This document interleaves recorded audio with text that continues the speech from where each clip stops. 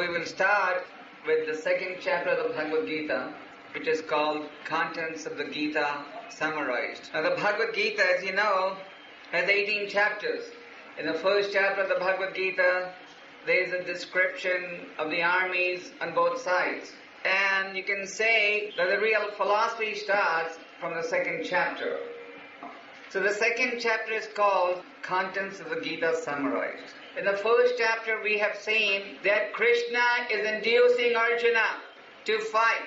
Actually, the subject matters of the second chapter can be divided into 5 broad groupings. One is Arjuna surrenders to Krishna and Krishna prepares to instruct Arjuna. The second is the emphasis on the soul, where Krishna is telling Arjuna, fight, don't worry, because the soul doesn't die. The third is Krishna is saying fight without any attachment and without any reaction. And then Krishna explains how to become fixed in Krishna consciousness. So the Bhagavad Gita second chapter starts with Arjuna lamenting. Arjuna was full of compassion. We can see that Arjuna was not an ordinary character. A devotee of the Lord is by nature very, very compassionate. Here in the present environment, even if somebody owes us 10 rupees, we are ready to fight with him, kill him for a few thousand rupees. But here we see that Arjuna was entitled to a whole kingdom. He is renouncing his whole kingdom. He is not willing to fight, even though he is entitled to that kingdom. So, Krishna is addressed as Madhusudana. So Madhusudana means, Krishna is known as Madhusudana because he killed the demon Madhu. So similarly, we all have doubts. We all have doubts as to what we should do. What is my duty? Should I do this? Should I do that?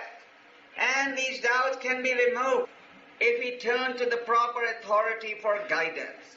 Now, on the one hand, Arjuna's compassion may be termed very religious, but if we deeply analyze the philosophy that we will see as we go along, we can see that Arjuna's compassion was somewhat misplaced, because compassion should be properly applied. Compassion should not be misplaced. After all, Arjuna was being instructed to engage his battle for the right cause. Every attempt was made that this battle may be avoided, but it is only when even Krishna's efforts as a messenger had failed, as a last resort, this battle had to be fought. So compassion should be rightfully placed, but Arjuna's compassion is being wrongly placed.